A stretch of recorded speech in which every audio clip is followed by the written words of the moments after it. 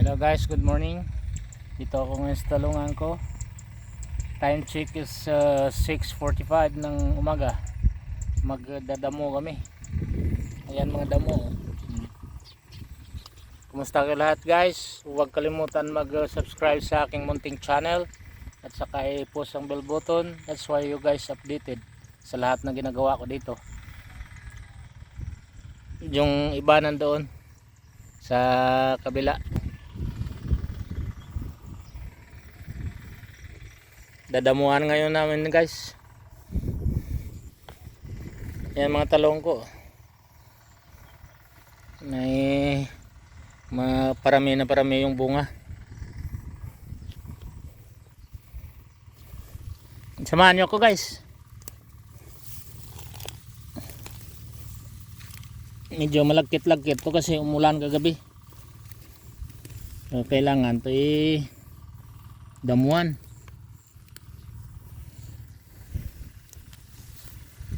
Daming kangkong dito.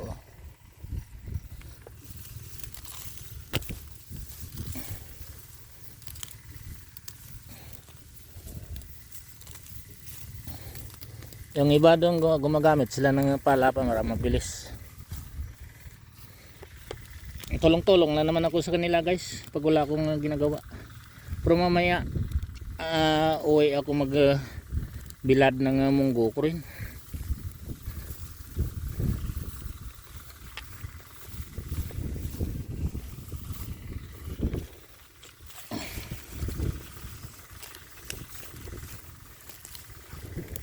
Itong kangkong mahirap yan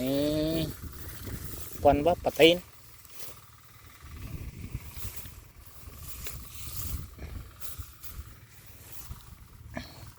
Tuloy-tuloy lang tayo guys sa trabaho natin na farmers.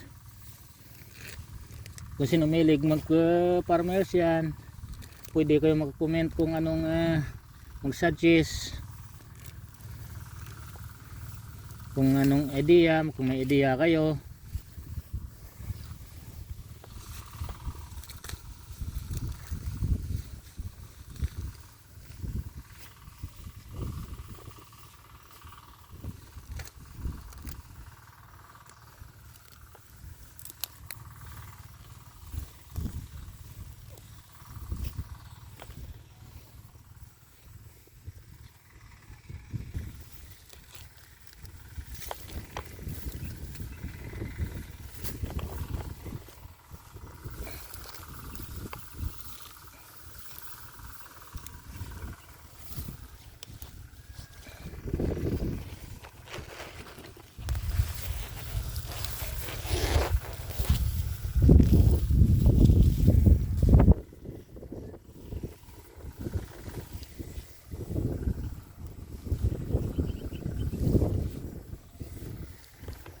Maputik guys.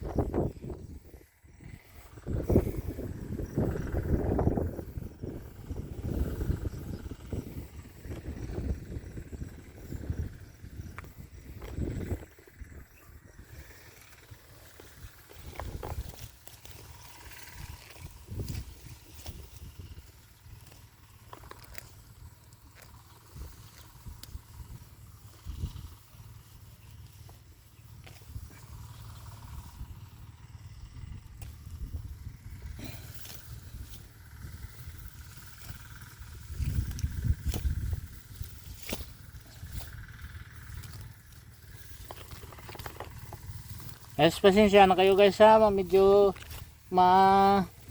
kuhan ng aking camera, cellphone lang gamit ko.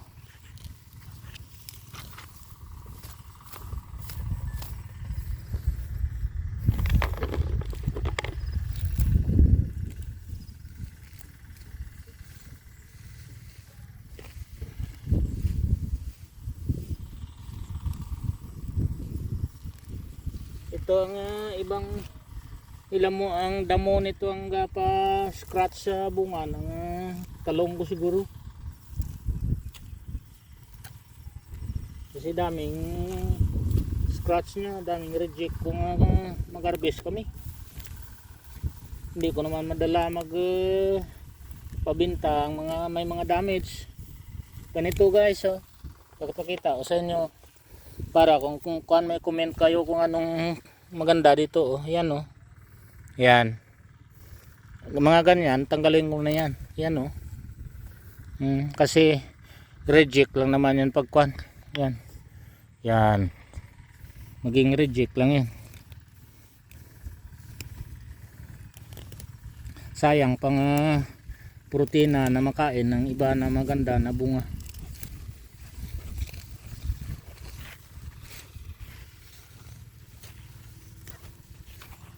Ito lang naman guys ang mahirap dito, ang plastic mulching. Sana hindi kami nahirapan dito. Pero sa next summer, sa next na tanim,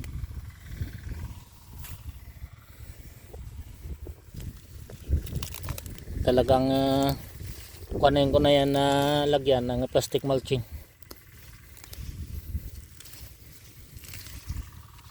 Kasi nahirapan kami dito na walang plastic mulching.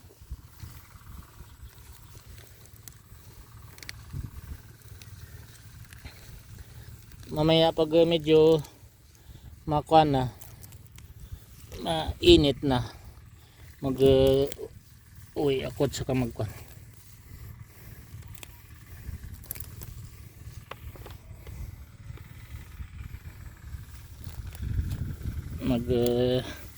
Bilad ng aking munggo.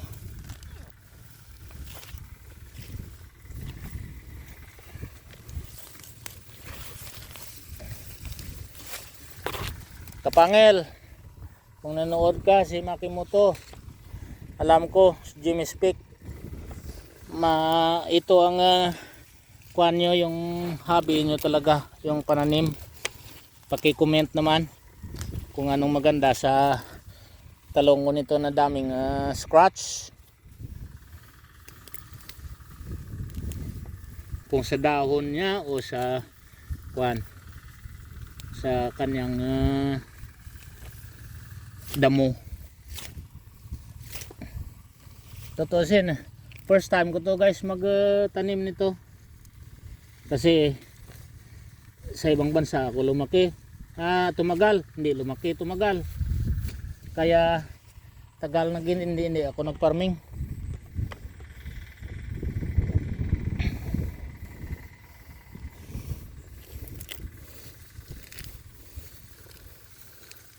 Kasi ibang mga gamot ngayon dito, mga fertilizer, gamot.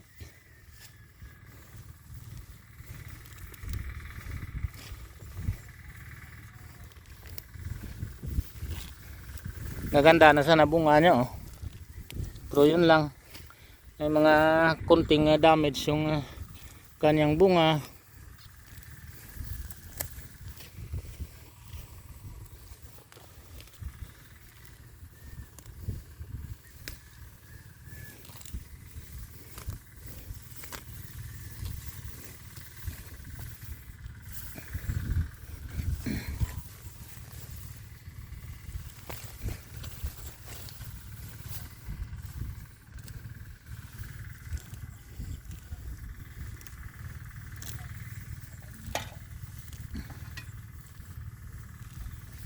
Na boss.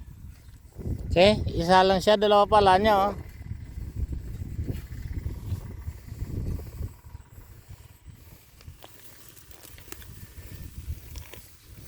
Yan ang tumutulong sa akin dito pag kailangan ko tulong. Anytime na tawagin ko sila.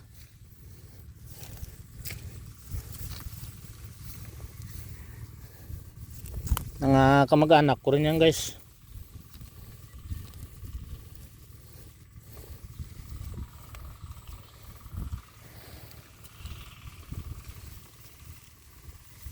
Yan ang magtanim ako ng palay, sila dyan mag-caretaker ng palay. Kasi bali 3 pitak yan taniman ko ng palay. Ito iniisip ko to kung taniman ko palay o bakante ko sa first cropping.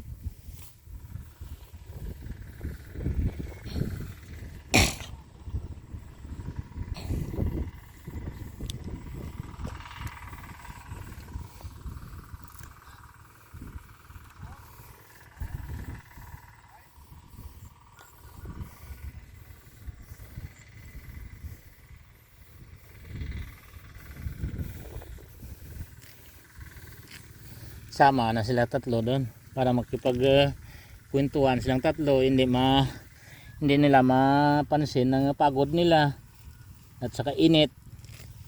Tulad naman ng kuan dito guys sa mga tao nagtrabaho, yung init. Naintindihan ko man sila minsan na magpahinga, mainit naman kahit ako nga hindi ko kaya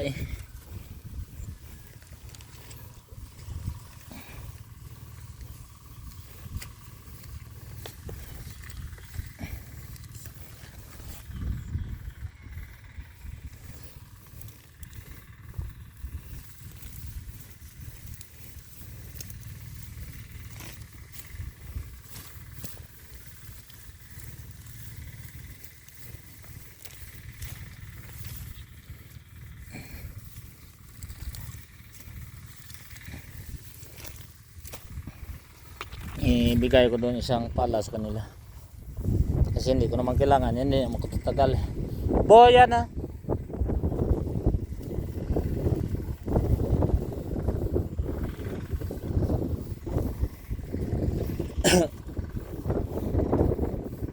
na guys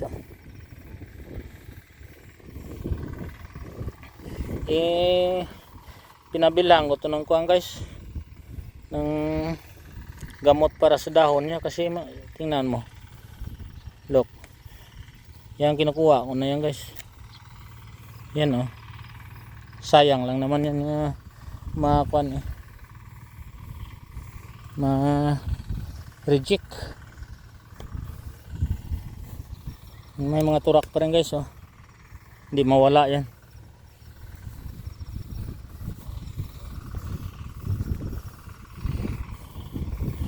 Next harvest nito guys sa Wednesday at saka Friday, Saturday.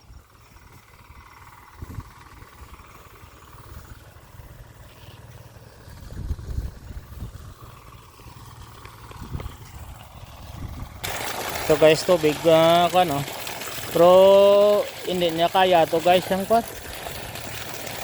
na mapatubigan lahat, magpatasok pa ulit din hindi akin lupa yan dyan, pero nagpaalam na ko, sabihan ko hati kami ng gastos. Mabait naman may-ari nyan pag mabait ka, mabait rin sila sa'yo. Walang nangyari dito guys sa palaya ko, tinirada talaga ng ng hangin, hindi nakakyat pero sa next year lagyan ko yan ng fence.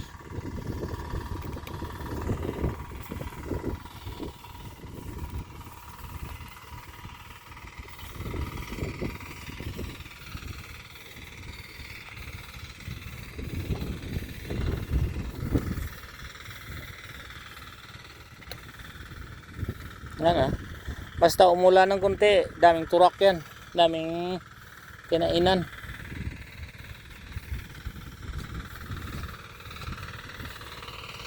Ang bago lang yan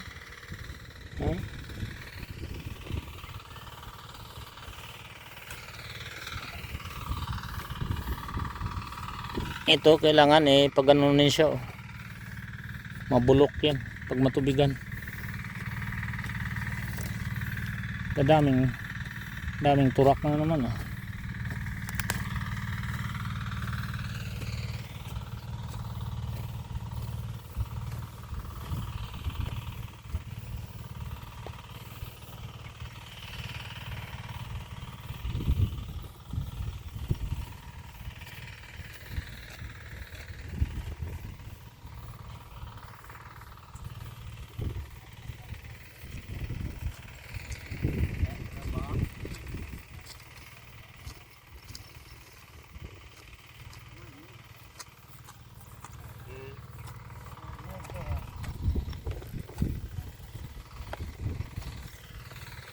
Ang maliliit na may damage abuin lang Dami, rocker, maturak na. Yan, mga reject lang yan. Kainin ba yan ng maganda ang bunga. Ang nutrient na.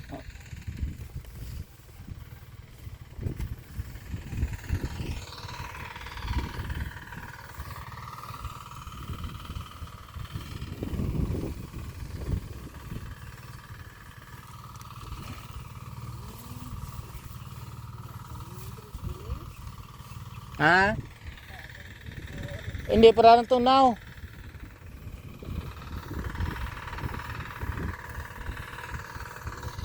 Bilog pa.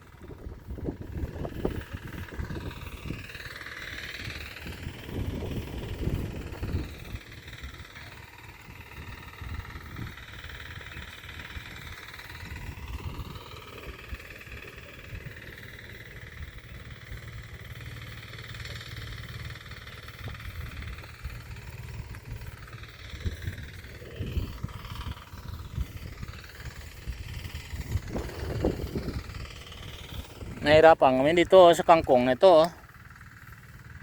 Umakyat pa naman sa talong.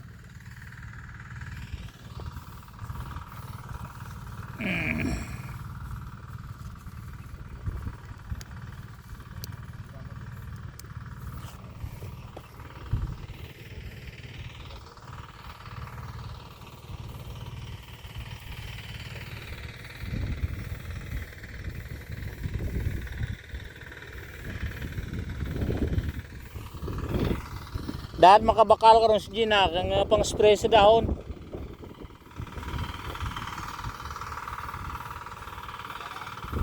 Yung chlorophene. Ha? Gani. Amo dyan minsan ga kwan ga pa damage kang bunga ng kwan niya. Anang dahon. Matigas.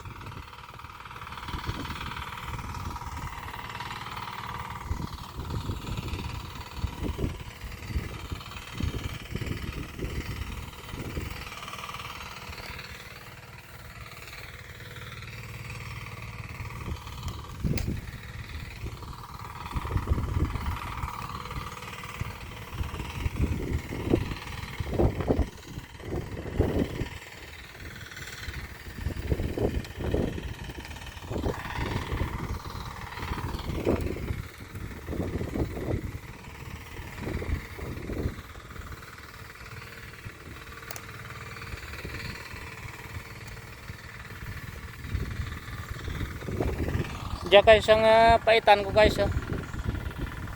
Isang pitak to. Maganda na yan.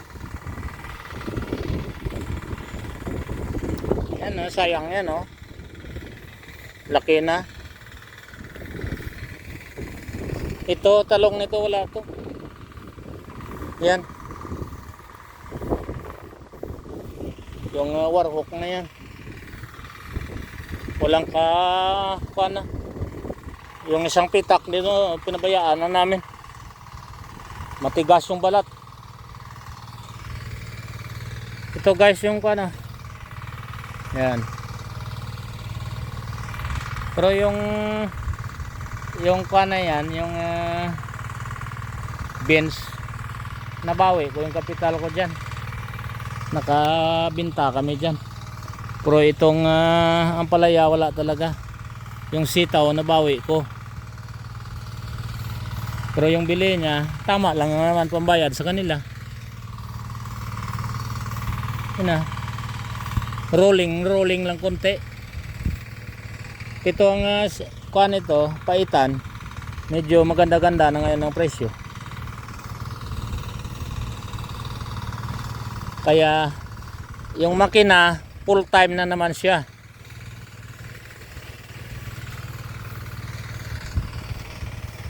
Kailangan ko to ako na guys magmi-maintain dito.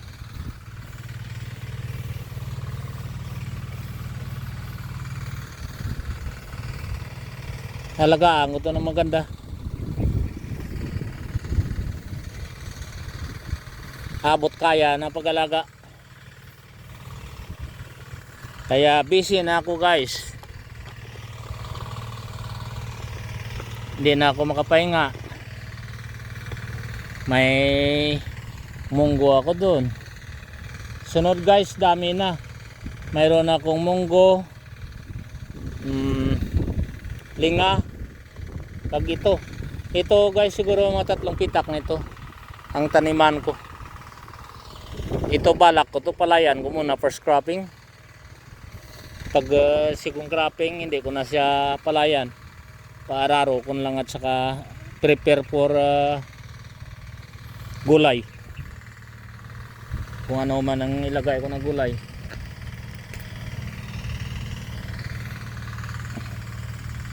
Pero siguro talong pa rin dito lagay ko.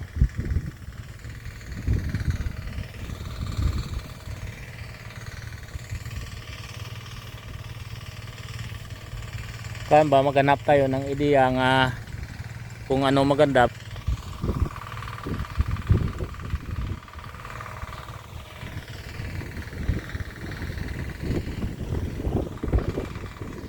Gastos lang muna yung harvest nito, pambayad sa tao.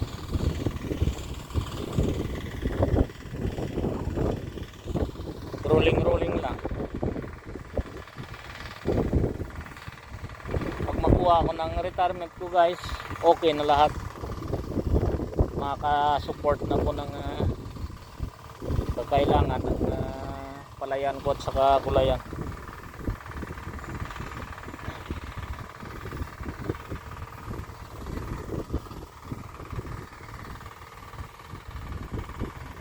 Hindi ako talaga nakatikil nito ng bunga nito. Ayan o, naluto na sila, maliliit. Ayan o, maliliit siya o. Supposed to be malalaki ito eh. Pero hindi sila nakaakyat. Pinabayaan ko na lang.